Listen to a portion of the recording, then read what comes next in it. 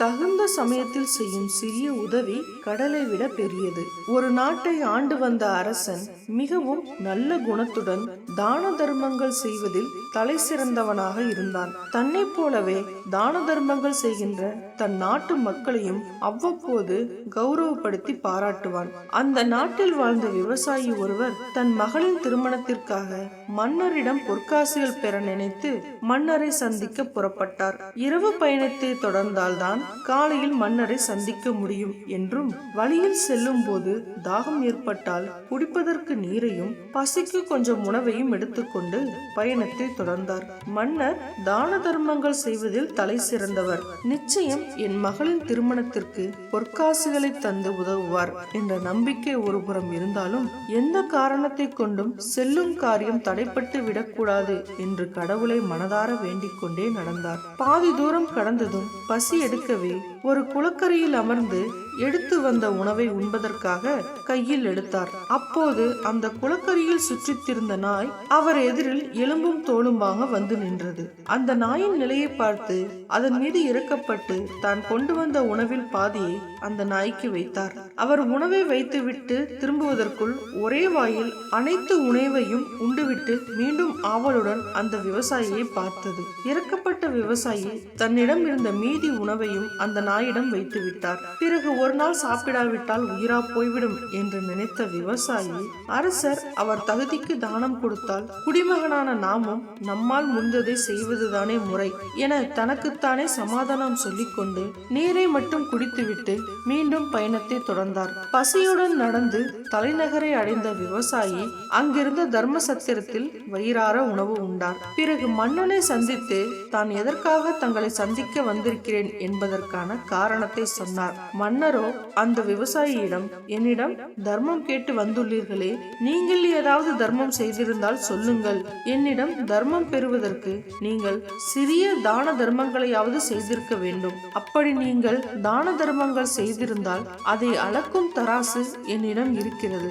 அதன் மூலம் உங்களுடைய தானத்திற்கு சமமான பொற்காசுகள் கிடைக்கும் என்று மன்னன் கூறினான். இதை கேட்ட விவசாயி, தர்மம் செய்யும் அளவிற்கு என்னிடம் வசதி இருந்தால் நான் ஏன் என் மகளின் திருமணத்திற்காக உங்களிடம் பொருள் உதவி கேட்டு வரப்போகிறேன் என்று பரிதாபமாக கூறினார். ஒரு சிறிய உதவிகள் கூட இதுவரை நீங்கள் செய்ததே இல்லை என்று மன்னன் மீண்டும் கேட்டான்.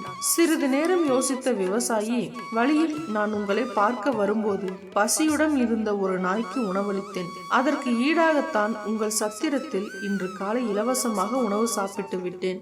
எனவே நான் எதுவும் பெரிதாக தர்மம் செய்ததில்லை என்று அடக்கமாக சொன்னார் விவசாயி. உங்கள் பசியை பொறுத்து கொண்டு நாய்க்கு உணவிட்டதும் புண்ணியமே என்று கூறிய அரசர் அந்த விவசாயி செய்த புண்ணியத்திற்கான மதிப்பை தெரிந்து கொள்ள ஒரு தட்டில் விவசாயி செய்த தர்மத்தையும் மறுதட்டில் தங்கத்தையும் வைத்து அளந்தார். கஜானாவில் இருந்த தங்கம் முழுவதும் வைத்தும் கூட விவசாயி செய்த தர்மத்திற்கு தங்கம் நிறைந்த தராசு தட்டு சமமாகவில்லை. இதை பார்த்து வியந்த மன்னன், உங்களை பார்த்தால் சாதாரணமானவராக தெரியவில்லை.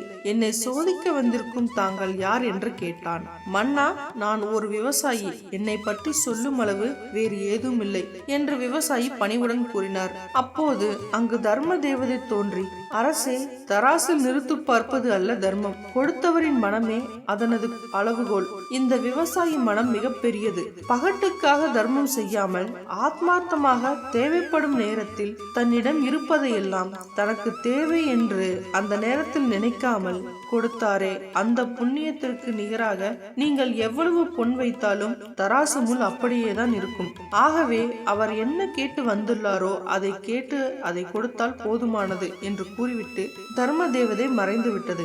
இதை ஏற்ற மன்னன் விவசாயிக்கு வேண்டிய அளவு தங்கம் கொடுத்து வழி அனுப்பினார். விவசாயி மகளின் திருமணத்தை சிறப்பாக நடத்தினார். இங்கு பெரிய அளவில் செய்தால்தான் தர்மம் என்பதில்லை. உங்களால் முடிந்த காலத்திற்கு ஏற்ப செய்யப்படும் சின்ன சின்ன தர்மங்கள் கூட உங்களின் புண்ணிய கணக்கில் தான் சேரும் என்பது உங்கள் மனதில் நினைவிருக்கட்டும். நீங்க இப்பதான் நம்ம சேனலுக்கு புதுசா வந்திருக்கீங்க அப்படின்னா சேனலை மறக்காம சப்ஸ்கிரைப் பண்ணிக்கோங்க. பக்கத்துல இருக்க பெல் ஐக்கானையும் பிரஸ் பண்ணிக்கோங்க. அப்பதான் நாங்க போடக்கூடிய ஒவ்வொரு வீடியோவும் உங்களுக்கு உடனே வந்து சேரும். இந்த வீடியோவை உங்க ஃப்ரெண்ட்ஸ் அண்ட் ஃபேமிலிக்கு ஷேர் பண்ணுங்க. Thank you friends.